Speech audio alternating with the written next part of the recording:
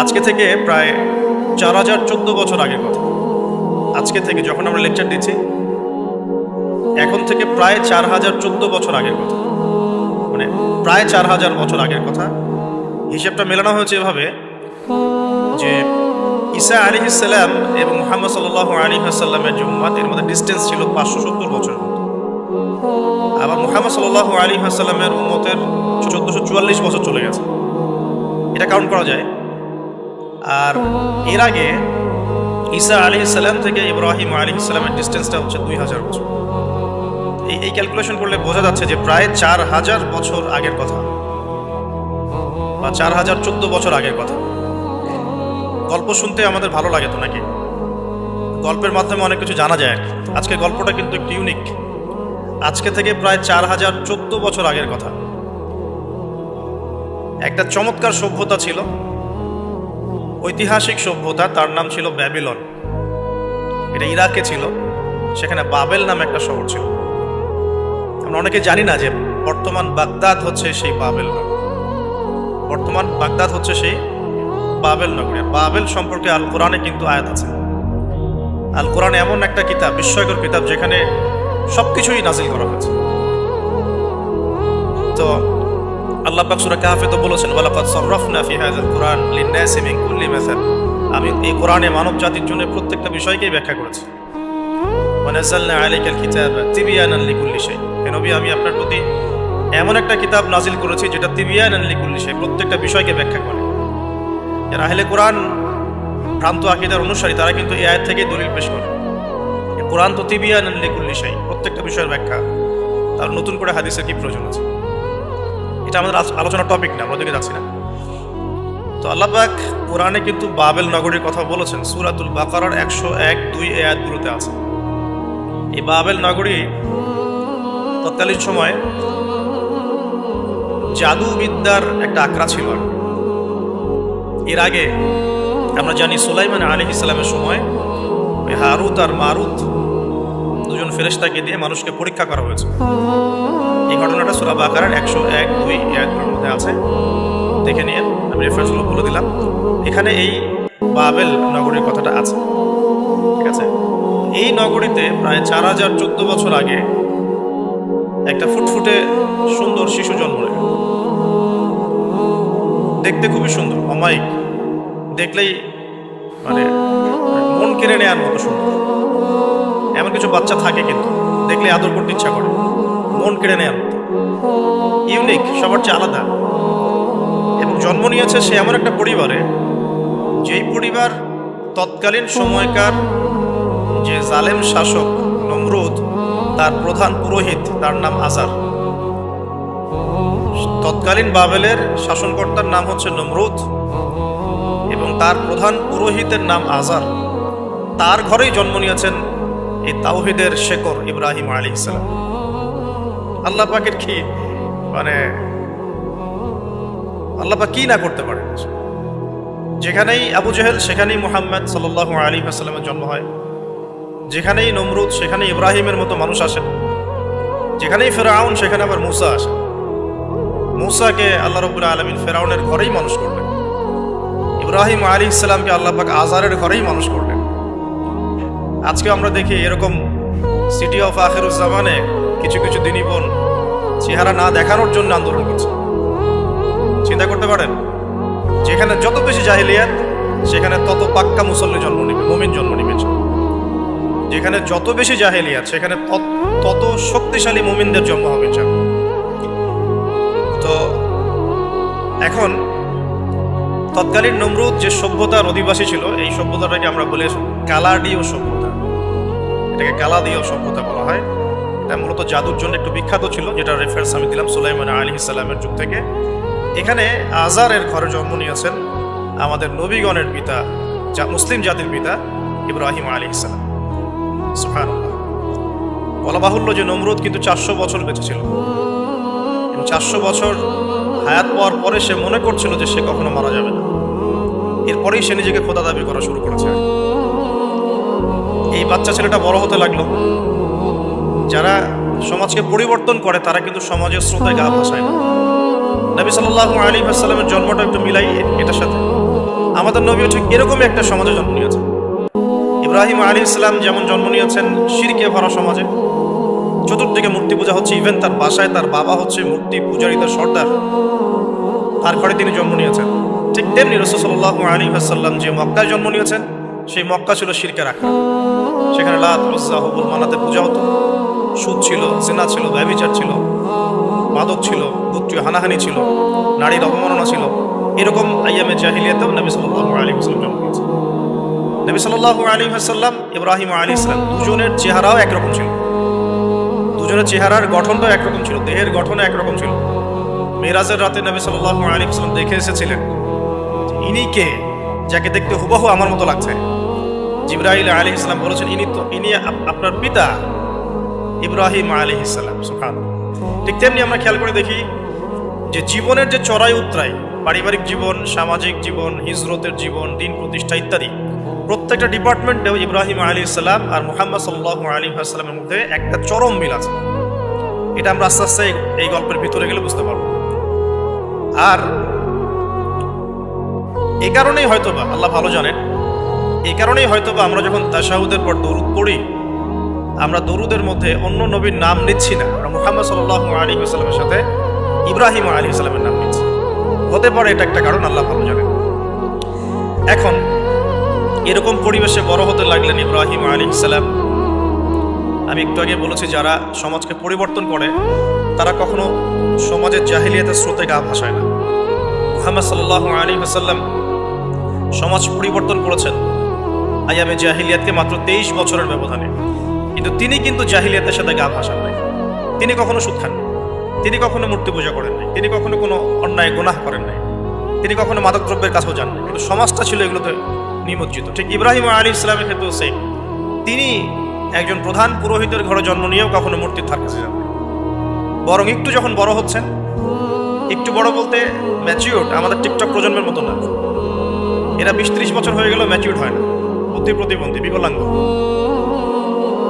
Even ইদানিং আমাদের মেয়েরা ছেলে হচ্ছে, আমাদের নারীরা এখন পুরুষত্ব দেখাচ্ছে। আমরা পুরুষরা ফেসবুকে একটা স্ট্যাটাস দিয়ে ক্ষান্ত হয়ে থাকি, এটুকু আমাদের দায়িত্ব পালন করতে হবে। আর এখানে আমরা দক্ষতা অর্জন করেছি অনেক। আমরা সবাই কিবোর্ড মুজাহিদ, আমরা এটা মনে করি, এটাই যুদ্ধ, এটাই জিহাদ। আর নারীরা মাঠে যুদ্ধ করছে সম্ভ্রমের জন্য, অধিকারের জন্য। ফ্যামিলিস্ট রেভলিউশনের দিকে তাকালেও তাই দেখা যায়। ছেলেরা এখন বেকার হয়ে যাচ্ছে, কিন্তু মেয়েরা স্বাবলম্বী হচ্ছে। তারা দিনদার নয়, এই মেয়েগুলো দিনদার নয়, কিন্তু জীবনে প্রতিষ্ঠিত হওয়ার জন্য লড়ছে, চ্যালেঞ্জ গ্রহণ করেছে। এটা ছেলেদের উচিত ছিল। আজহারের ঘরে জন্ম নিয়ে আসে ইব্রাহিম কিন্তু চ্যালেঞ্জ গ্রহণকারী একটা ছেলে। সে এখন তার পিতাকে বলছে, কি বলছেন? আমরা একটু কোরআনের ভাষা শুনি। আল্লাহ রাব্বুল আলামিন বলছেন, সূরা মারিয়ামের মধ্যে এসেছে ঘটনাটা 41 থেকে 45 নম্বর আয়াতে। আল্লাহ পাক বলছেন, ওয়াজকুর ফিল কিতাবি ইব্রাহিম বা'দা আউযু বিল্লাহি মিনাশ শাইতানির রাজীম। হে নবী মুহাম্মদ সাল্লাল্লাহু আলাইহি ওয়াসাল্লাম, আপনি এই কিতাবে ইব্রাহিমের ঘটনা বর্ণনা করুন।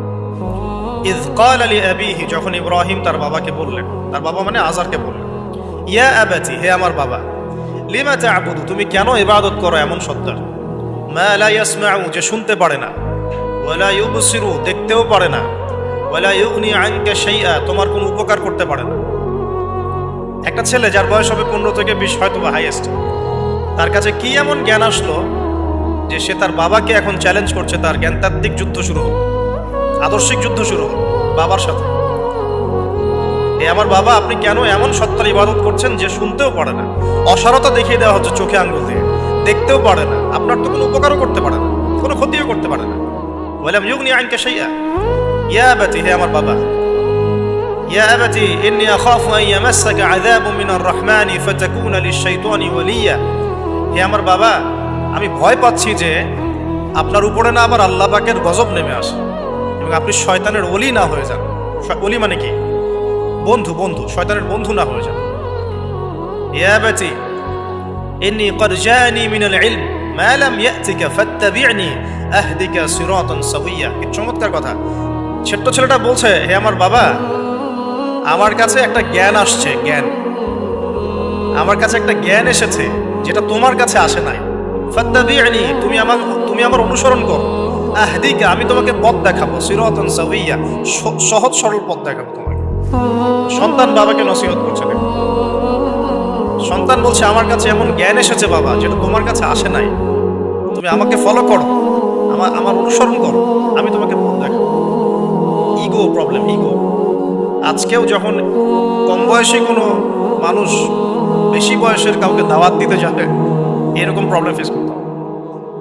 তার বাবা কি বললো, কেন ফেস করতে হবে? আল্লাহ পাক সেটা বলেছেন সূরা বাকারা, এটা এই সূরাটা সূরা বাকারায় বলেছেন, ওয়া ইযা কিলা লাহু তাকিল্লাহ। কিছু মানুষ আছে যাদেরকে যদি বলা হয় আল্লাহকে ভয় করুন, আখাযাতুল ইজ্জাতু বিল ইসম, তাদের প্রেস্টিজে লাগে। এক কথায় কি প্রেস্টিজে লাগে, প্রেস্টিজ নষ্ট হয়। আখাযাতুল ইজ্জাতু বিল ইসম ফাহাসবুহু জাহান্নাম, আল্লাহ বলেন ওর জন্য জাহান্নামই যথেষ্ট। ওয়াসাআত মাসীরা, কত নিকৃষ্ট সেই আশ্রয়স্থল। এখনকার সমাজে প্রবলেমটা আপনারা ফেস করবেন। যদি আপনার বয়স কম হয়, আপনার কাছে অনেক জ্ঞান থাকলেও মানুষ সমাজের নিতে যাবে না। আপনি ক্রিপ্টোকারেন্সি নিয়ে কথা বলছেন, এক শ্রেণী ধর্মনেতাই আপনার পিছনে লেগে যাবে। আপনি ইসলামিক রেভলিউশন নিয়ে কথা বলবেন, ইসলাম এস্টাবলিশমেন্ট নিয়ে কথা বলবেন, ইউনিটি নিয়ে কথা বলবেন, উম্মার করণীয় নিয়ে কথা বলবেন। আপনি এই বয়সে, এত ছোট বয়সে আপনি উম্মার প্রবলেমসগুলো ফাইন্ড আউট করে সেগুলো সলিউশন নিয়ে কথা বলবেন, এত বড় সাহস আপনার, এটাই প্রবলেম। অথচ চমৎকার একটা বিষয়, আমাদের সমাজে এগুলো দেখা যায়, অন্য কোথাও দেখা যায় না। কোনো ড্রাইভারকে জিজ্ঞাসা করবেন, কোনো ড্রাইভারকে জিজ্ঞাসা করবেন, তার স্কিল সম্পর্কে জিজ্ঞাসা করবেন যে আপনার স্কিল কেমন।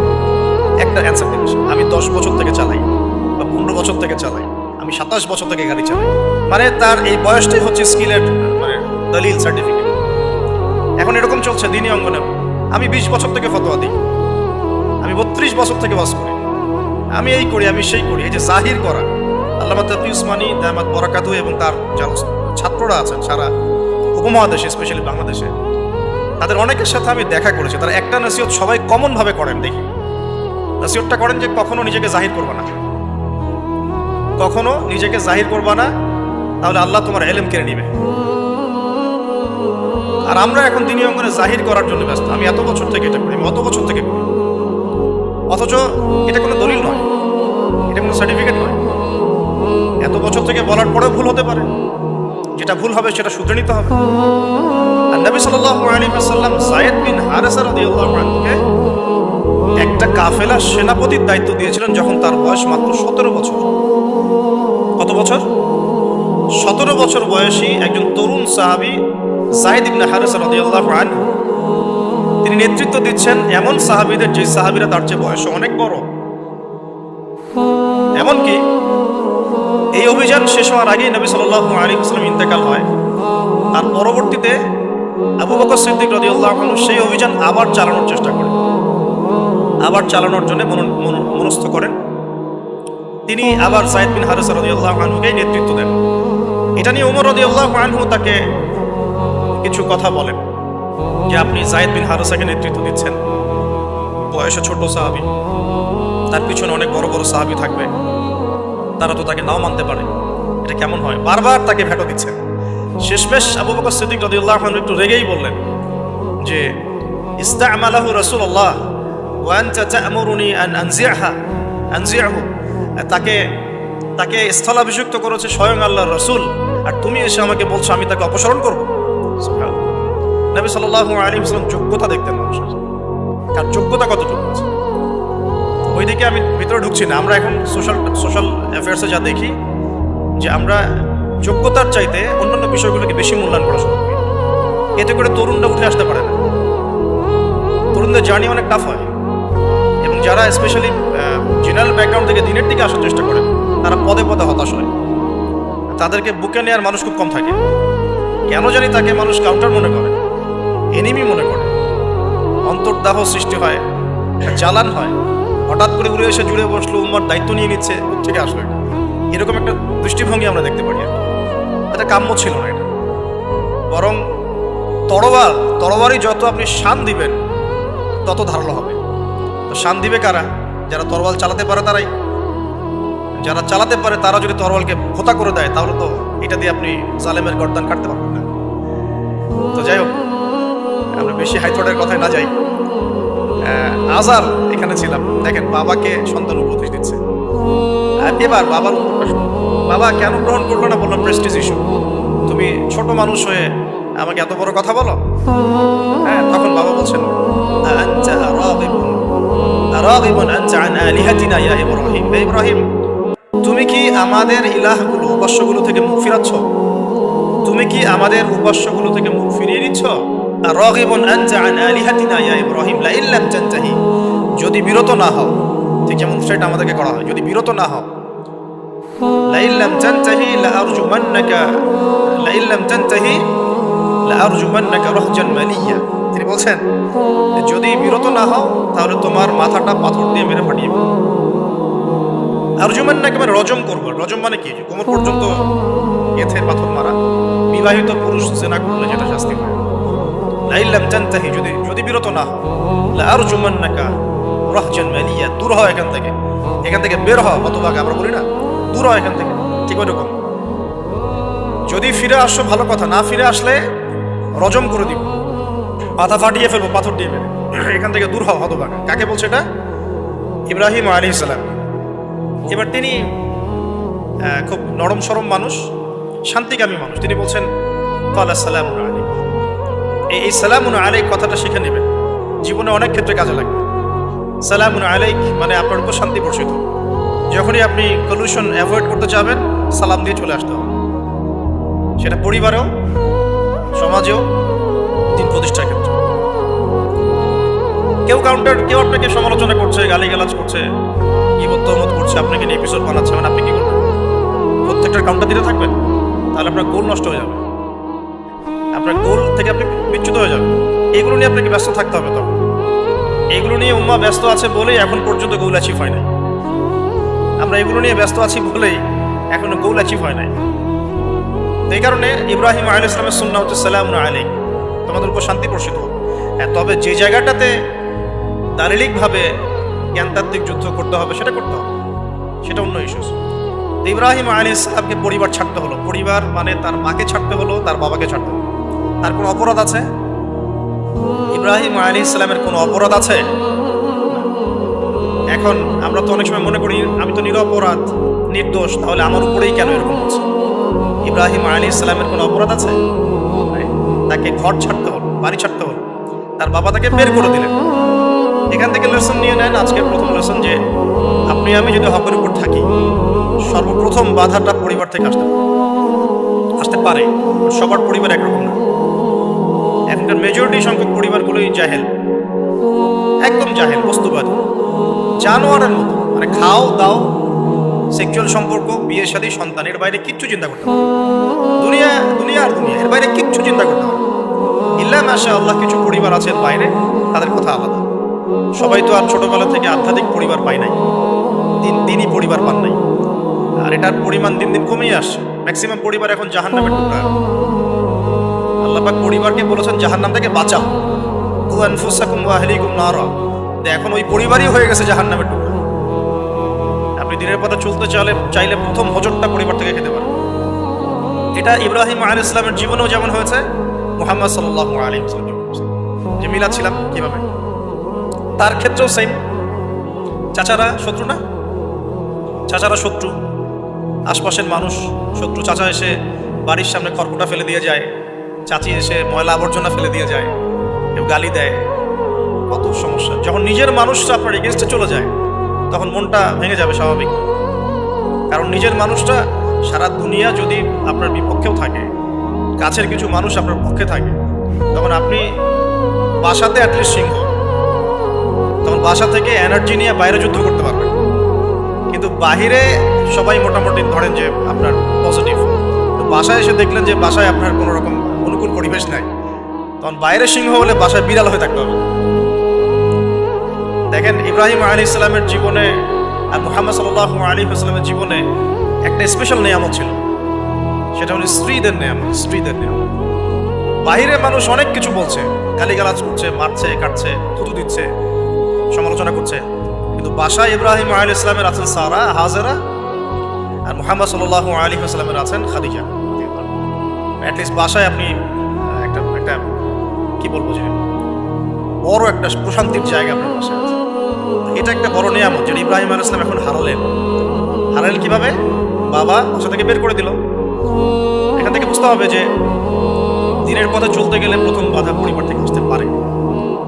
তাই বলে তাদের সাথে কোনো রকমের দ্বন্দ্ব সংঘাতে যাওয়া যাবে না। সালামুন আলাইক, সালামুন আলাইক, তোমাদের উপর শান্তি বর্ষিত হোক। ইব্রাহিম বলছেন সালামুন আলাইক, হে বাবা আপনার উপর শান্তি বর্ষিত হোক। তাই আরো বলছেন সাস্তাগফিরুল্লাহ রাব্বি, আমি আপনার জন্য আল্লাহর কাছে ক্ষমা চাই করছি।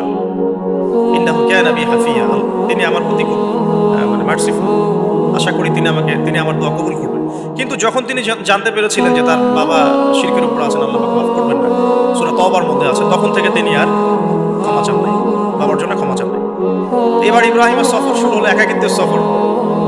তার মানে একটা বিষয় এটাও শিখতে হবে, হকপন্থীদের সাথে আল্লাহর দেয়া একটা বিশেষ নিয়ামত হচ্ছে একাকিত্ব। হকপন্থীদের লাইফে আল্লাহ পাকের পক্ষ থেকে একটা বিশেষ অনুগ্রহ হচ্ছে একাকিত্ব। মানে একাকিত্ব কেন নিয়ামত বললাম? কারণ একাকিত্ব মানুষকে আল্লাহ চিনিয়ে দেয়। অনেক আলেম দেখবেন যারা জেল টেল খেটে বের হয়েছেন, তারা সবাই একটা কথা বলবেন, জেলখানায় আমরা আল্লাহকে চিনেছি। সব আলেমরা এই কথা বলে যারা ওখান থেকে বের হয়েছে। কারণ একাকিত্ব মানুষকে গভীরভাবে ভাবায়, আল্লাহকে পাওয়ায়, আল্লাহর কাছে দোয়া করতে শেখায়, মানুষকে বোঝায় যে আল্লাহ ছাড়া কেউ নাই সাহায্য করা। তো যারা হকপন্থী হয়, একাকিত্ব তাদের বরণ করতেই হয়, এটা মাথায় রেখে পথ চলতে হবে। ইব্রাহিম আলাইহিস সালাম পথ চলা শুরু করলেন। এবার কি হলো, তিনি কি বাসা থেকে বের হয়ে সেই এলাকা ওই নমরুদের দেশ ছেড়ে চলে গিয়েছিলেন? উত্তর না, প্রথমে তিনি চলে যান নাই। প্রথমে তিনি ওই সমাজেই থেকেছেন, থেকে দাওয়াত দেওয়ার চেষ্টা করছেন। তিনি ওই সমাজেই থেকেছেন, থেকে দাওয়াত দেওয়ার চেষ্টা করছেন। ঠিক মুহাম্মদ সাল্লাল্লাহু আলাইহি ওয়াসাল্লাম সমাজের মানুষ যখন নির্যাতন নিপীড়ন করছেন, তিনি কি শুরুতেই সমাজ ছেড়ে বের হয়ে চলে গেছেন? না, 13 বছর দাওয়াত দিয়েছেন। কত বছর? 13 বছর। তো ইব্রাহিম আলাইহিস সালাম সমাজের মানুষকে দাওয়াত দেন। কিভাবে দেন? কোরআনে এভাবে ভাষা আসছে। সূরাগুলোর নাম বলে দিই, আপনারা একটু চেক করে নিন। সূরা আম্বিয়ার মধ্যে আসছে, সূরা সফফাতের মধ্যে আসছে, সূরা আনআমের মধ্যে আসছে। তো তিনি দাওয়াত দেন এভাবে যে ওয়াইজ ক্বালা ইব্রাহিম, যখন ইব্রাহিম বললেন বিআবিহি ওয়া কওমিহি, তার বাবাকে এবং তার কওমকে বললেন, মা হাযিহি তামাসিলু আল্লাতী আনতুম লাহা আকিফুন, তোমরা এসব কি মূর্তির উপাসনা করো, এদের চারপাশে ঘুরতে থাকো, কি সব করো? তো তারা বলে যে নাহনু বাল ওয়াজাদনা আবাআনা কাযালিকা ইয়াফআলুন, আমরা আমাদের বাপ দাদাদেরকে দেখেছি এইভাবেই করতে। তাদের রেফারেন্স কিন্তু এটাই ছিল, কোনো দালিলিক জ্ঞানতাত্ত্বিক যুক্তি বিজ্ঞান দর্শন এখানে নাই। দর্শন এখানে কি, ফিলোসফিটা কি, বাপ দাদাদেরকে দেখেছি করছে। এটা দিয়ে আবার অনেক সময় বাংলাদেশে আবার একটা ট্রেন্ড চালু করা হয়েছে, তোমরা দীর্ঘদিন 1200 বছর থেকে যে ইসলামটা ফলো করে আসছো ওটা ভুয়া, আমরা যেটা নতুন মডারেশন দিচ্ছি এটাই সঠিক। এই দলিল সেম না। এখানে অমুসলিমদেরকে দাওয়াত দেওয়া হচ্ছে। অমুসলিমরা বলছে যে আমরা বাপদাদাদেরকে দেখেছি যে তারা এইভাবেই মূর্তি পূজা করতো, আমরা তাই। এটার সাথে কি হানাফি মাযহাবকে মিলাবেন আপনি? হ্যাঁ, হানাফি মাযহাব বাপদাদা থেকে চলে আসে, ভুয়া, নতুন যেটা দিচ্ছি এটাই সঠিক। আস্তাগফিরুল্লাহ। আমরা হাত চেঞ্জ করাটাকে এখন মনে করি হিন্দু থেকে মুসলমান হইলাম মনে হয়। হাত বদল করাটাকে মনে হয় যে হিন্দু থেকে মুসলমান হয়েছি। গভীরে ঢোকেন, ওলামায়ে কেরামদের মানে দার্সে গিয়ে বসে গভীরে ঢুকলে বুঝতে পারবেন ইসলামিক স্কুল অফ থট গুলা প্রত্যেকটারই ভিত্তি আছে, এগুলোর গভীর শেকড় আছে, ভিত্তি আছে। আল্লাহ, রাসূল এবং রাসূলের সাহাবীগণ, এই তিনটাকেই মানতে হবে। আপনি যদি বলেন যে আমি সাহাবীদেরকে মানি না, খালি আল্লাহ এবং রাসূলকে মানি, তাহলে আল্লাহকে রাসূলকে মানতে পারবেন না। সাহাবীদের অনুসরণ না করে রাসূলকে ফলো করতে পারবেন। তো ওইটা আজকের ইস্যু না, এটা ফিকহি অনেক ব্যাপার, গভীর ব্যাপার, এটা অন্যদের কথা হবে। এই দলিল আর এই দলিল কিন্তু সেম করা যাবে না। আমরা বাপ দাদা থেকে দেখে আসছি তোমরা নামাজ এইভাবে পড়ো, এই নামাজ ওই দলিল চলবে না, আমারটা ঠিক, এটা ঠিক না। নামাজ যেটা পড়ে আসে তারা এটা ঠিক আছে, এর প্রত্যেকটা দলিলের মধ্যে অথেন্টিসিটি আছে। এরকম করে সমাজে ফিতনা ছড়ানো ঠিক হবে না, বিভ্রান্তি ছড়ানো ঠিক হবে। এখন আসুন ইব্রাহিম আলাইহিস সালামকে কি আনসার দিচ্ছেন? আমরা আমাদের পিতা মাতাদেরকে দেখেছি, বাপ দাদাকে দেখেছি এরকম তাওয়াফ করতে, মূর্তির চারপাশে পূজা করতে, নজর দিতে। তো ইব্রাহিম আলাইহিস সালাম বলছেন যে হাল ইয়াসমাউনাকুম, এই মূর্তিগুলো কি তোমাদেরকে শুনতে পারে? ইস্তাদউন, যখন তোমরা একে ডাকো। হাল ইয়ানফাউনাকুম, তোমাদের কোনো উপকার আসতে পারে? আও ইয়াদুররুকুম, তোমাদের কোনো ক্ষতি করতে পারে? তার দলিলগুলো কিন্তু অকাট্য। ইব্রাহিম আলাইহিস সালামের দলিলগুলো কিন্তু এখানে, যুক্তিগুলো কিন্তু অকাট্য। আসলে কি সে শুনতে পারে? আসলে কি সে দেখতে পারে? আসলে কি সে তোমার উপকার করতে পারে? তাদের কিন্তু কিছু বলার নাই এখানে। তারা বলছে বাল ওয়াজাদনা আবানা কাযালিকা ইয়াফআলুন, আমাদের পিতা মাতা বাপ দাদাদেরকে দেখেছি এইভাবে। ইব্রাহিম আলাইহিস সালাম বলছেন যে ইন্নাকুম আনতুম লাফি দালালিম মুবিন, তোমরা তো সুস্পষ্ট বিভ্রান্তির মধ্যে আছো। তো এরকম আরো অনেক আয়াত আছে সূরা সাফফাতের মধ্যে, ওয়া ইন্না মিন শিআতিহি লা ইব্রাহিম ইয জাআ রাব্বাহু বিকলবিন সালিম ইয ক্বালা লিআবিহি ওয়া কওমিহি মাযা তা'বুদুন, তোমরা কিসের ইবাদত, আইফকান আলিহাতান দুনাল্লাহি তুরিদুন, তোমরা কি আল্লাহ সম্পর্কে মিথ্যা মিথ্যা মিথ্যা আরোপ করতে চাচ্ছ? ফামা যান্নুকুম বিরাব্বিল আলামিন, আল্লাহ রাব্বুল আলামিন সম্পর্কে তোমাদের কি ধারণা? এভাবে তিনি তার কওমকে দাওয়াত দিতে লাগলেন। তাদের কওমের দলিল একটাই ছিল, বাপ দাদাদেরকে দেখেছি এভাবে মূর্তি পূজা করতে, তাই করি। সনাতন, এটা ছিল কি সনাতন থটস। অথচ সর্বপ্রথম এটা শুরু হয় কোন নবীর আমল থেকে? নূহ আলাইহিস সালাম। নূহ আলাইহিস সালামের যুগের মানুষ সর্বপ্রথম এই মূর্তি পূজা শুরু করেছে। এর আগে মূর্তি পূজা ওয়ার্ল্ডে ছিল, নূহ আলাইহিস সালামের যুগ থেকে শুরু হয়েছে। তাহলে এটাকে আমরা সর্বোচ্চ পর্যায়ে সনাতন বলতে পারি না। তারও আগে যে সময় চলে গেছে, ওই সময় মানুষ তাওহীদপন্থী ছিল। আদম আলাইহিস সালামের যুগে তখন মানুষ এই কাজ করতো না। শুরুটা কেমন করে হলো? ভালো উদ্দেশ্যেই শুরু হয়েছে, ভালো মনে করে। কেমন? যে মানুষ এরকম চিন্তা করে নিয়েছিল যে এই মানুষগুলো লাত, উজ্জা, হুবল, ইয়াগুথ, ইয়াউক, নাসর, ইয়াগুথ, ইয়াউক, নাসর, এই ভালো মানুষগুলো আল্লাহর খুব নেককার বান্দা ছিলেন। তাদের স্ট্যাচু তৈরি করা যায়, তৈরি করলে কি হবে? এগুলোকে দেখলে আমাদের আগ্রহ জন্মাবে ইবাদত করার ব্যাপারে। এটা ছিল ওদের থটস। শয়তান এভাবেই তাদেরকে ইনফ্লুয়েন্স করেছিল, তারা তাই করলো। এই জেনারেশনটা যখন মারা গেল, পরের জেনারেশন যখন আসলো, তখন শয়তান ওদেরকে বুঝালো, কারণ 100-200 বছর পরে বুঝালো যে ওরা খুব ভালো মানুষ ছিল, ওদের মূর্তিকে মসজিদের বাইরে না রেখে ভিতরে ঢুকিয়ে ফেলো, তাদেরকে সেজদা করতে হবে না, ভিতরে ঢুকিয়ে ফেলো, ইবাদতে মনোযোগ আসবে। পরের জেনারেশন এই কাজটাই করলো। থার্ড জেনারেশনকে শয়তান বোঝালো যে সরাসরি ওদের কাছে চাইলেই হবে, তারা আল্লাহ পাকের অনেক মানে কি আনুগত্য প্রাপ্ত, নৈকট্য প্রাপ্ত বান্দা, সরাসরি তাদের কাছে চাইলেই হবে। আল্লাহর কাছে চাওয়া, এখানে চাওয়া একই কথা, ওখানে সেজদা করা, এখানে সেজদা করা একই কথা। এখান থেকে শুরু হলো সরাসরি স্ট্যাচু ওয়ার্শিপ। সরাসরি স্ট্যাচু ওয়ার্শিপিং এখান থেকে শুরু হয়েছে। আমরা আমাদের হিন্দু ভাই বোন যারা আছেন, আমাদের আশপাশে অমুসলিম ভাই বোন, তাদের প্রতি সম্মান রেখেই এই হিস্ট্রিগুলো করতে বলবো এবং যুক্তি দর্শনগুলো খুঁজতে বলবো। আসলে কি তারা শুনতে পায়? আসলে কি সে আমার কোনো উপকার করতে পারে? আসলে কি সে আমার কোনো ক্ষতি করতে পারে? আসলে কি সে সৃষ্টিকর্তার প্রতিমূর্তি হতে পারে? তো আমরা এটা আহ্বান জানাবো, আমরা কারো ধর্মীয় অনুভূতিতে আঘাত করবো না। ইসলাম আমাদেরকে এটা শেখায় না। ইসলাম এটা শেখায় যে মানুষকে হিকমার সাথে, প্রজ্ঞার সাথে দাওয়াত দেয়, যাতে করে তারা জাহান্নামের রাস্তা থেকে ফিরে আসতে পারে। এখন আসুন, আরো একটা দাওয়াত ইব্রাহিম আলাইহিস সালাম তার কওমকে দিলেন। সেটা কি? এবার এখানে সমাজের মানুষের সাথে ওই সমাজের ধর্ম নেতারাও ছিল। সমাজে কিন্তু কয়েক শ্রেণী মানুষ থাকে, মানে সামাজিক নেতা, ধর্মনেতা, রাষ্ট্রনেতা। রাষ্ট্রনেতা পর্যায়ে এখনো ইব্রাহিম আলাইহিস সালাম যান নাই, এখন সমাজ নেতা আর ধর্মনেতা চলছে আর কি। এবার ধর্মনেতা আসলো, এসে ধর্মনেতারা তাকে বোঝানোর চেষ্টা করলো যে এই আসমানের তারা, চাঁদ, সূর্য, প্রকৃতি, গাছপালা, এগুলো ইলাহ, এগুলোর ইবাদত করা যায়। এই ঘটনা আল্লাহ রাব্বুল আলামিন সূরা আনআমে বলেছে। তো ইব্রাহিম আলাইহিস সালামকে তারা দেখাচ্ছে, এটা আরবীয় একটা কাব্যিক ভাষায় কোরআনে এসেছে, চমৎকার ভাষায়, যে ফালাম্মা জান্না আলাইহিল লাইল, যখন তার উপর রাত আচ্ছাদিত হলো, রাআ কাওকাবা, তখন ইব্রাহিম আলাইহিস সালাম কি দেখলেন? আকাশে তারা দেখলেন। ঠিক আছে, তারা দেখলেন। মূর্তি পূজার এখানেই আছে, ধর্মনেতারাও এখানেই আছে। তো তিনি বলছেন হাযা রব্বি, এটা আমার রব। ফালাম্মা ফালা, যখন তারকাগুলো অস্তমিত হলো, ক্বালা লা উহিব্বুল আফিলিন, আমি তো অস্তমিত যাওয়া জিনিসকে পছন্দ করি না। রব তো অস্তমিত যাবে না, এখানেও যুক্তি লাগবে, তো আমার ফিলোসফি লাগবে, আমার এখানে দর্শন লাগবে, এখানে তো আমাকে প্রজ্ঞা দিয়ে বোঝাতে হবে। এটা তো অস্তমিত হয়ে গেল, এটা তো রব হতে পারে না।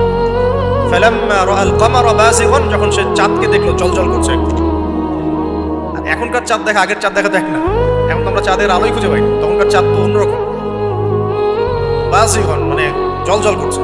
তখন তিনি বললেন হাযা রব্বি, আমার রব।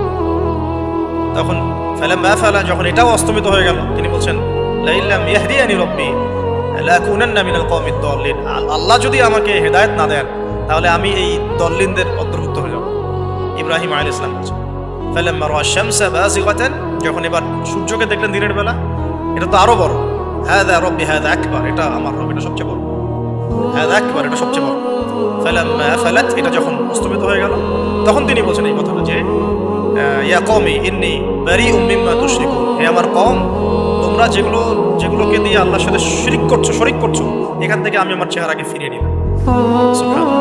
তখন তিনি এই কথাটা বলেন, ইন্নী ওয়াজ্জাহতু ওয়াজহিয়া লিল্লাযী ফাতারাস সামাওয়াতি ওয়াল আরদা হানিফাও ওয়া মা আনা মিনাল মুশরিকিন, আমি আমার চেহারাকে ফিরিয়ে নিচ্ছি এই আসমান সমূহ এবং জমিনের সৃষ্টিকর্তার দিকে, এবং আমি মুশরিকদের অন্তর্ভুক্ত নই। ইন্না সলাতি ওয়া নুসুকি ওয়া মাহইয়ায়া ওয়া মামাতি লিল্লাহি রাব্বিল আলামিন, আমার সালাত, আমার কুরবানি, আমার স্যাক্রিফাইস, আমার জীবন, আমার ফুল লাইফ, আমার মৃত্যু সবকিছু কার জন্য? জগৎসমূহের প্রতিপালক আল্লাহর জন্য। লা শারীকা লাহু, তার কোনো শরীক নাই। ওয়া বিযালিকা উমিরতু, এই একনিষ্ঠভাবে তার ইবাদত করার জন্যই আমি আদিষ্ট হয়েছি। ওয়া বিযালিকা উমিরতু ওয়া আনা মিনাল মুসলিমিন, আমি মুসলিমদের অন্তর্ভুক্ত। এই শুরু হলো এবার পুরো স্পষ্টভাবে তাওহীদের ঘোষণা দেয়া। তো ইব্রাহিম আলাইহিস সালামের এক একটা পদক্ষেপ কি যৌক্তিক না, বৈজ্ঞানিক না, এবং অকাট্য প্রমাণ আছে না, এগুলোকে কিন্তু ভেদ করতে পারছে না তারা। এবার ইব্রাহিম আলাইহিস সালাম চিন্তা করলেন তারা এবার উচিত শিক্ষা দিতে হবে। তবে আগে বলেন এই যে উচিত শিক্ষাটার কথা বলছে, এটা আবার আপনারা খবরদার ভুলেও কোথাও দিতে যায় না, ঠিক আছে? এটারও সময় আছে। ইব্রাহিম আলাইহিস সালামের সাথে নবী সাল্লাল্লাহু আলাইহি ওয়াসাল্লামের জীবনের মিলের কথা বলছিলাম। নবী সাল্লাল্লাহু আলাইহি ওয়াসাল্লাম মক্কা বিজয়ের আগে কি কখনো মূর্তির গায়ে হাত দিয়েছেন কিনা বলেন? দিয়েছেন? যখন মক্কা বিজয় হয়ে গেছে, পুরো স্টেটই আপনার, অথরিটি আপনার, তখন আপনি আপনার অ্যাকশন নিতেই পারেন, সেটা আপনার ব্যাপার। তখন আপনি কি করবেন? মুহাম্মদ সাল্লাল্লাহু আলাইহি ওয়াসাল্লাম কাবা ঘরে ঢুকে তখন মূর্তি ভেঙেছেন এবং বলেছেন ওয়াকুল জাআল হক ওয়া যাকাল বাতিল ইন্নাল বাতিলা কানা যাহুকা, তাই না? ইব্রাহিম আলাইহিস সালাম এবার শিক্ষা দেওয়ার চিন্তা করছেন। তিনি বলছেন যে যখন এরা মেলাতে যাবে, উৎসবে যাবে, তখন আমি এদেরকে দেখে নিব। এটা কুরআন চমৎকারভাবে বলেছে যে إذ قال لأبيه وقومه ماذا تعبدون إفكا آلهة دون الله تريدون فما ظنكم برب العالمين فراغ إلى آلهتهم فقال ألا تأكلون। ইব্রাহিম আলাইহিস সালাম এবার যখন ওরা মেলায় চলে গেছে, তো যাওয়ার আগে আবার ইব্রাহিম আলাইহিস সালাম বলছিলেন যে ইন্নী সাকিম, আমি হচ্ছি অসুস্থ, আমি কি অসুস্থ। নাযারা নাযরাতান ফিন নুজুম, ইব্রাহিম আলাইহিস সালাম রাতের বেলা আকাশের দিকে তাকালেন একবার, তাকিয়ে ওদেরকে বললেন যে ইন্নী সাকিম, আমি অসুস্থ। এটা কৌশল, আমি অসুস্থ, এটা কৌশল। এই কৌশল আবার সব জায়গায় খাটাতে যায় না। তো এবার যখন তারা চলে গেল, ফারাগা ইলা আলিহাতিহিম ফাকালা আলা তাকুলুন, এবার তিনি ওই মূর্তি গৃহ যেটা ওখানে ঢুকে বলছেন যে আলা তাকুলুন, তোমাদের কি হলো, খাচ্ছ না কেন? কাদেরকে বলছে এই কথা? মূর্তি, খাচ্ছ না কেন? আলা তাকুলুন। ফারাগা ইলা আলিহাতিহিম ফাকালা আলা তাকুলুন মা লাকুম লা তানতিকুন, কি হলো, কথা বলছো না কেন? মা লাকুম লা তানতিকুন, কি হলো, কথা বলছো না কেন? এবার ফারাগা আলাইহিম দরবান বিল ইয়ামিন, এবার ইয়ামিন মানে ডান হাত, ডানাতে যা পেয়েছিলেন আর কি, তা দিয়ে সবগুলোকে ভেঙে চুরমার করে দিয়েছে। ব্যাস, এবার ওরা যখন আসলো এসে বলছে যে আনতা ফাআলতা হাযা বিআলিহাতিনা ইয়া ইব্রাহিম, ইব্রাহিম তুমি কি আমাদের উপাস্যদের সাথে এই কাজ করেছো? ইব্রাহিম বলছেন লা না, বাল লা আসলে কোরআনে নাই, আমি নিজের মতো করে বললাম আরবি বলতে বাল ফাআলাহু কাবীরুহুম হাযা, বরং এই বড়টাই কাজ করছে, এর মধ্যে সবচেয়ে বড় যেটা আছে এই ব্যাটার কাজ, আমি করি নাই, আমি তো করি নাই। তখন ওরা তো এটা তো হতভম্ব হয়ে গেল, যে সে বলছে যে তুমি তো জানো, তুমি তো খুব ভালো করেই জানো যে তারা কথা বলতে পারে না, নড়াচড়া করতে পারে না, কিছুই করতে পারে না। তখন তিনি বললেন তাহলে তোমরা কেন এমন ইলাহের উপাসনা করো যে কথাও বলতে পারে না, শুনতেও পারে না, দেখতেও পারে না, উপকারও করতে পারে না, ক্ষতিও করতে পারে না। কিন্তু এবারও কিন্তু যুক্তি নাই, তাদের কাছে কোনো দলিল নাই, কোনো প্রমাণ নাই, কোনো যুক্তি দর্শন কিচ্ছু নাই। এবার শুরু হলো জুলুম। সালেমের কাজ কি? যুক্তি, জ্ঞান, দর্শন, বিজ্ঞান এগুলো দিয়ে যখন পরাস্ত, এগুলো দিয়ে পারছি না, এবার বেশি শক্তি। এবার কি? বেশি শক্তি। ব্যাস, এবার বেশি শক্তি। ইব্রাহিম আলাইহিস সালামকে নিয়ে যাওয়া হচ্ছে নমরুদের দরবারে। এবার চলো, এবার তোমার আছে খবর আছে। এবার পুরো রিমান্ড হবে 7 দিনে। একদিন রিমান্ড হলেই অবস্থা খারাপ হয়ে যাওয়ার কথা। ইব্রাহিম আলাইহিস সালামকে এবার নিয়ে যাচ্ছে ধরেন নমরুদের কাছে, কি যে হবে আল্লাহ ভালো জানেন। ইব্রাহিম আলাইহিস সালাম যখন যাচ্ছেন তখন কি তিনি জানতেন যে আল্লাহ পাক তাকে আগুন থেকে বাঁচাবেন? এই ঘটনা যে ঘটবে তিনি কি জানতেন? আচ্ছা, আমরা না হয় জানি যে এমনটা হয়েছিল। ইব্রাহিম আলাইহিস সালাম ওই সময় তো আর জানতেন না যে কি হতে যাচ্ছে। তার মানে তার ওই সময় তার ইমানের তেজ, তার স্থিরতা, ইস্তেকামা এবং তাওয়াক্কুল কত বেশি ছিল। তাকে নিয়ে যাওয়া হচ্ছে, এবারে নমরুদের সামনে দাঁড় করিয়ে নমরুদ এবার একটু মজা নিয়ে জিজ্ঞাসা করলো যে কে তোমার রব? কবরের প্রশ্ন করার মতো, মান রব, তোমার রব কে? তো ইব্রাহিম আলাইহিস সালাম বলছে রব্বি আল্লাযী ইউহয়ী ওয়া ইউমীত, আমার রব তিনি যিনি জীবন দেন মৃত্যুও দেন। এবার নমরুদ বলছে ক্বালা আনা উহয়ী ওয়া উমীত, আমি তো জীবন দেই আর মৃত্যু দেই। কিভাবে? একজন যাবজ্জীবন প্রাপ্ত আসামিকে ডেকে নিয়ে ছেড়ে দিল, দিয়ে বললো যে জীবন দিলাম, আর একজন আসামিকে ডেকে তৎক্ষণাৎ মৃত্যুদণ্ড দিয়ে মৃত্যু দিলাম। তো ইব্রাহিম দেখলেন আলাইহিস সালাম এ তো মোটা বুদ্ধির মানুষ, কারণ যে যত বড় জালেম হয় তার বুদ্ধি তত মোটা হয়, কিন্তু এটা মাথায় রাখবেন। ফেরাউনের মতো জুলুম মানুষের বুদ্ধি লোপ করে দেয়, আর শিরক মানুষের মধ্যে ভয় সঞ্চার করে। যখন আপনি শিরক করতে থাকবেন মনে খুব ভয় কাজ করবে। এবং মুশরিক বাহিনী কখনো ইসলামের বিজয় লাভ করতে পারে নাই। যে মুসলিম সেনাবাহিনীর মধ্যেও শিরক ছিল না, ওরা যুদ্ধের মাঠে পরাজিত হয়ে গেছে।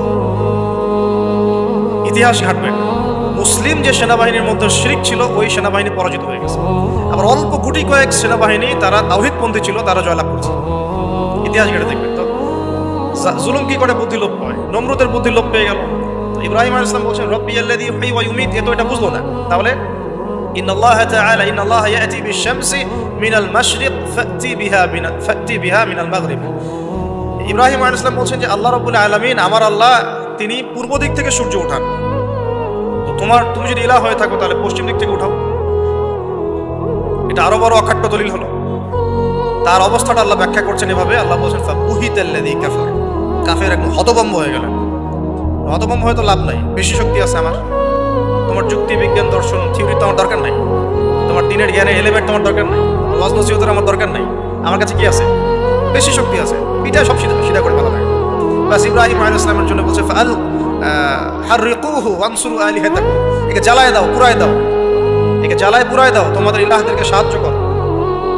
আল্লাহ পাক অন্য জায়গায় বলছেন যে ফাআরাদু বিহি কাইদান ফাজআলনাহুমুল আসফালিন, তারা ইব্রাহিম আলাইহিস সালামকে একটা বিশেষ বড় একটা কৌশল করল। এই কৌশলটা কি ছিল? তাকে অগ্নিকুণ্ডের মধ্যে ফেলে দেওয়ার একটা চেষ্টা করলো, আগুন জ্বালিয়ে রাখলো। বলা হয় 40 দিন, এগুলো হিস্ট্রি বা তাফসীর মধ্যে আসছে। আমি just Quran text to the point বলছি। তো আগুন দাউ দাউ করে জ্বলতে লাগলো, ওই ব্যাবিলন ওখানকার সব মানুষ দেখছে বিষয়টা। ইব্রাহিম আলাইহিস সালামকে ফেলে দেওয়া হবে। দেখেন, যখন ফেলে দেওয়া হবে তখন কি ইব্রাহিম জানতেন যে তিনি আগুনে পুড়বেন না? তিনি তাহলে প্রস্তুত ছিলেন, তিনি তখন জীবন দেওয়ার জন্য প্রস্তুত ছিলেন।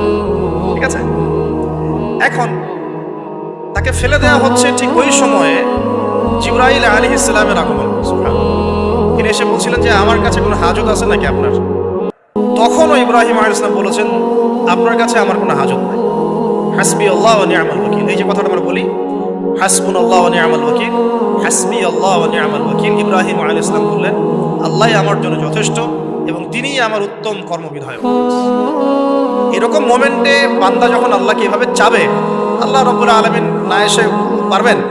তখনই পারবেন ইনশাআল্লাহ। তখন আল্লাহ রাব্বুল আলামিনের আদেশ চলে আসবে, ইয়া নার, হে আগুন, কুনি বারদান ওয়া সালামান আলা ইব্রাহিম, ইব্রাহিমের জন্য ঠান্ডা হয়ে যাও, শীতল ঠান্ডা হও, মানে খুব শীতল না, আরামদায়ক শীতল ঠান্ডা হয়ে যাও। এভাবে আল্লাহ রাব্বুল আলামিন ইব্রাহিম আলাইহিস সালামকে অগ্নি পরীক্ষা থেকে বাঁচালেন। ওখানে ইব্রাহিম আলাইহিস সালাম থাকলেন, কোনো ক্ষতি হলো না। তিনি পরবর্তী সময় বলেছিলেন ওই সময়টুকুর মধ্যেই তিনি শান্তিতে ছিলেন। আমি বললাম না, অনেকে যে নির্যাতন নিপীড়নের শিকার হয় তারপরে বলে যে ওই সময়টুকুই ভালো ছিলাম, আল্লাহকে পেয়েছিলাম, তেলাওয়াত বেশি ছিল, তাহাজ্জুদ বেশি ছিল, পরে ফিতনার যুগে চলে আসছি। তো এই হলো অগ্নি পরীক্ষা। এরপরে কমকে দাওয়াত দেওয়ার হলো না, সেখান থেকে চলে যেতে হলো। ওই যে এই যে অগ্নি পরীক্ষা ইব্রাহিম আলাইহিস সালামকে এখানে দিতে হয়েছে, ওই রকম পরীক্ষা আমাদের নবী সাল্লাল্লাহু আলাইহি ওয়াসাল্লামকে দিতে হয়েছে তায়েফের মাঠে, দিতে হয়েছে বদরের মাঠে, উহুদের মাঠে। এখানে আল্লাহ পাক ফেরেশতা নামিয়ে দিয়েছেন সাহায্যের জন্য। বদরের মাঠে দেখেন, উহুদের মাঠে আল্লাহ পাক ফেরেশতা নামিয়েছেন সাহায্যের জন্য। একদম হুবাহু মিল পাবেন আপনি জিনিস, খালি বাসিরা থাকলেই হবে, ধরতে পারলেই হবে জিনিস। সামনে যাই, এবার শুরু হলো জীবনের দ্বিতীয় পর্যায়ে। এবার তিনি হিজরত করে চলে যাচ্ছেন। দেখেন, এখানেও হিজরত, আবার নবী সাল্লাল্লাহু আলাইহি ওয়াসাল্লামের যুগেও মক্কা থেকে মদিনায় নবীগণের জীবনের সাথে এগুলো জড়িত। ঠিক আছে, এখন যাওয়ারটা একটু সাথী লাগবে। একাকিত্বের জীবনের অবসান ঘটলো, আল্লাহ রাব্বুল আলামিন তাকে সাথী দিলেন। সাথীর নাম হচ্ছে সারা আলাইহিস সালাম। কি নাম? অনন্য সুন্দরী নারী ছিলেন। ইতিহাসে বলা হয় যে দুজন নারী সবচেয়ে বেশি সুন্দর, দুজন। আমাদের মতো আর্টিফিশিয়াল সুন্দরী না, আর্টিফিশিয়াল সুন্দরী কথা বলো, অরিজিনালি সুন্দর। দুজন নারীর কথা বলা হচ্ছে, একজন হচ্ছেন হাওয়া আলাইহিস সালাম, অনন্য সুন্দরী নারী ছিলেন, এবং আরেকজন সারা আলাইহিস সালাম, তিনি পরম সুন্দরী নারী ছিলেন। দেখেন সারা আলাইহিস সালাম তার গর্ভ থেকে কিন্তু পরবর্তীতে সন্তান তো প্রথমে হচ্ছিল না, তাই না? শেষ বয়সে গিয়ে সন্তান হল। হাজরা আলাইহিস সালামের গর্ভ থেকে কি ইসমাইল, সারা আলাইহিস সালামের গর্ভ থেকে ইসহাক, ইসহাক আলাইহিস সালামের পরে ইয়াকুব, আর ইয়াকুবের পরবর্তী বংশধর যারা তারা কি বনু ইসরাইল। বনু ইসরাইলের মধ্যে ইউসুফ আছে না, ইউসুফ সবচেয়ে সুন্দর ছেলে না? সারা আলাইহিস সালামের সৌন্দর্য, কথা বুঝতে পারছেন? মায়ের সৌন্দর্য, মার বাবা তারা ছিলেন পরম সুন্দর। এখন সারা আলাইহিস সালামের সাথে বিয়ে হলো। দেখেন এই যে লম্বা সময় আলোচনা করলাম, এই সময়টুকুর মধ্যে ইব্রাহিম আলাইহিস সালামের দাওয়াতে মাত্র দুজন মানুষ মুসলমান হয়েছে। কয়জন? একজন হলো তার স্ত্রী সারা, আরেকজন হচ্ছে তার ভাতিজা, তার নাম লুত। ভাতিজার নাম কি? লুত। পরবর্তীতে তিনিও নবী হয়েছিলেন এবং তাকে সাদুম গোত্রের কাছে পাঠানো হয়েছিল। কোন পাপের কারণে? হোমোসেক্সুয়ালিটি, সমকামিতা, যেটা এখন বিজ্ঞাপন দিয়ে প্রচার করা হয়। এবং ঢাকা শহরে যদি একটা শুমারি করা হয়, দেখবেন এদের সংখ্যা কম হবে না। ঢাকা শহরে যদি শুমারি করা হয়, দেখবেন এদের সংখ্যা কম হবে না। এখন যদি ভূমিকম্প আসে, আমরা কি লা ইলাহা ইল্লাল্লাহ বলবো? বলেন তো, আমরা তো ডেকে নিয়ে আসতেছি ভূমিকম্প, আমরা ডেকে নিয়ে আসতেছি যে আল্লাহ পাক বলছেন এগুলো করো না, গজব আসবে। আমরা করছি আর এটাকে ডেকে নিয়ে আসতেছি, আসো। আর এদিকে আমরা রড সিমেন্টের অ্যাডভার্টাইজ করতেছি আর কি, এগুলো দিয়ে বাড়ি বানালে কোনোদিন ভাঙবেও না, কাঁপবেও না।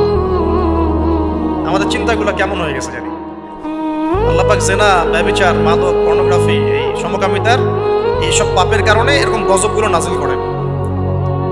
শুধু ঢাকা কেন, এরকম বড় বড় মেগা সিটিজ যেগুলো আছে, এগুলোতে এখন এটার অধিকার তারা চাচ্ছে, আন্দোলন অধিকার চাচ্ছে। আপনার রেইনবো ফ্ল্যাগ দেখবেন, রংধনু ফ্ল্যাগ। রংধনু ফ্ল্যাগ মানেই সমকামিতা। অ্যাডভার্টাইজ দিয়ে দিয়ে, পোস্ট দিয়ে দিয়ে এখন মানুষ, আগে যেমন মেয়েরা বাসায় গিয়ে গিয়ে কিছু সার্ভিস দিত না, খারাপ সার্ভিসের কথা বলছি আর কি, এখন এভাবে ছেলে ছেলেকে সার্ভিস দেওয়ার জন্য ডাকতেছে। এটা কোনো গাল গল্প করছি না, এটা বাস্তবতা। যদি আমাকে বলেন যে আপনি চোখের সামনে প্রমাণ দেন, আমি দিতে পারবো না। যদি আপনি আমাকে 1 মাসের জন্য অথরিটি দেন ঢাকা শহরে, তাহলে দিতে পারবো ওই দিন 1 মাসের। এখন যদি আমাকে বলেন আমার চোখের সামনে এনে দেন, আমি দিতে পারবো না। আমি তাত্ত্বিকভাবে পড়ে অনলাইনে দেখছি। যদি বলেন যে 1 মাসের অথরিটি আপনাকে দিলাম, খুঁজে বের করে দেন, 7 দিন লাগবে না ইনশাআল্লাহ। তো কথা হচ্ছে এটাই যে এই যে সাদুম গোত্রের কাছে পাঠানো হচ্ছে লূত আলাইহিস সালামকে সমকামিতার পাপের কারণে, পরবর্তীতে এই কমটাকে ধ্বংস করা হয়েছে। আল্লাহ পাক এমনভাবে ধ্বংস করেছেন যেটা ইতিহাসে কখনো করেন নাই। ফেরেশতাদের পাখা দিয়ে আল্লাহ পাক মাটিকে উপরে তুলে আবার উল্টা দিকে দাফন করে দিয়েছেন, আকাশ থেকে পাথর বর্ষণ করেছেন। এখন এইটা যদি সারা বিশ্বে ছড়িয়ে পড়ে, তাহলে ওই রকম শাস্তি আবার আসবে না? স্বাভাবিক না? এটা আসতে পারে। আর এটার মূল কেন্দ্র হচ্ছে পশ্চিমা সভ্যতা। এখান থেকে সারা দুনিয়া ছড়িয়ে পড়তেছে। বাংলাদেশের মতো মুসলিম কান্ট্রিতেও দিন দিন সমকামিতা বাড়ছে। আমাদের বোনদের, আমাদের ভাইদের, গার্ডিয়ানদের অনেক বেশি সচেতন থাকা দরকার। কোনো কোনো ক্ষেত্রে মাদ্রাসার মধ্যেও দেখা গেছে এগুলো, হিপসখানাতেও দেখা গেছে। পর্নোগ্রাফির কারণে এগুলো হচ্ছে। পর্নোগ্রাফির কারণে মানুষের রুচি বিকৃত হচ্ছে এবং সে নারী, পুরুষ, গরু, ছাগল, হাঁস, মুরগি কোনো কিছুর তোয়াক্কা করছে না। কয়েকদিন পরে এটাও যদি দেখেন, অবাক হবেন না যে মানুষ পশু পাখির সাথে জেনা করতেছে। এটাও যদি দেখেন, আমি অ্যাটলিস্ট অবাক হব না। ধাপ ছিল একটা, প্রথমে মানুষ কি করতো, অবৈধ প্রেম করতো, এই সম্পর্কে জেনা করতো, পরে পরকীয়া শুরু করলো, তারপরে এখন সমকামিতা শুরু হলো। সমকামিতার পরে এখন চাইল্ড অ্যাবিউজিং শুরু হচ্ছে, বাচ্চা কাচ্চাদেরকে রেপ করা হচ্ছে, ছোট ছোট মেয়েদেরকে, ছোট ছোট বাচ্চাদেরকে, এবং ছোট ছোট ছেলেদেরকেও। এরপরে যদি গবাদি পশুর সাথে জেনা করতে দেখেন, অবাক হওয়ার কিছু নেই, কিচ্ছু নেই অবাক হওয়ার। এখন বলেন আমরা শাস্তির দ্বার প্রান্তে আছি না? অ্যাটলিস্ট আমরা যারা দিনকে ভালোবাসি, আমাদের একটা আইডিওলজি ফলো করি, নৈতিকতার কথা বলি, আমরা আমাদের পরিবার, আমাদের ভাই বোন, আমাদের ছেলে মেয়ে, তাদের প্রতি আমাদের খুব সতর্ক দৃষ্টি রাখতে হবে, সর্বোচ্চ সতর্ক থাকতে হবে। আর আমাদের দিনী বোনদেরকেও রিকোয়েস্ট করবো আমরা যে ভাইদেরকে তো বলি, বোনদেরকেও বলছি, বিয়ের আগে কোনো প্রকার অবৈধ সম্পর্ক নেই। বিয়ের আগে কোনো প্রকার অবৈধ কোনো সম্পর্ক না। আর এখন অমুসলিম ছেলে আর মুসলিম মেয়ে প্রেম করতেছে, এগুলোকে নিয়ে অনলাইনে অনেক লেখালেখি হচ্ছে, দেখলাম কয়দিন আগে।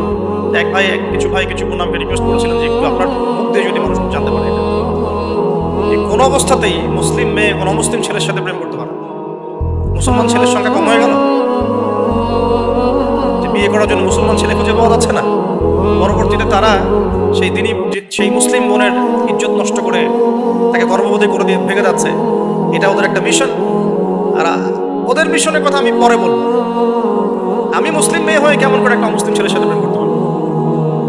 আমার বাসার মুসলিম মেয়ে কেমন করে একটা মুসলিম ছেলের সাথে প্রেম করতে পারবো? এটা তো আমাকে আগে ফাঁসির কাজটা ঝোলানো দরকার আগে, বিচারটা তো আমার করা দরকার আগে। আমরা আমাদের দিনী বন্ধুকে সর্বোচ্চ সতর্ক করব। জীবন চলে গেলেও ফিরে আসতে পারে না।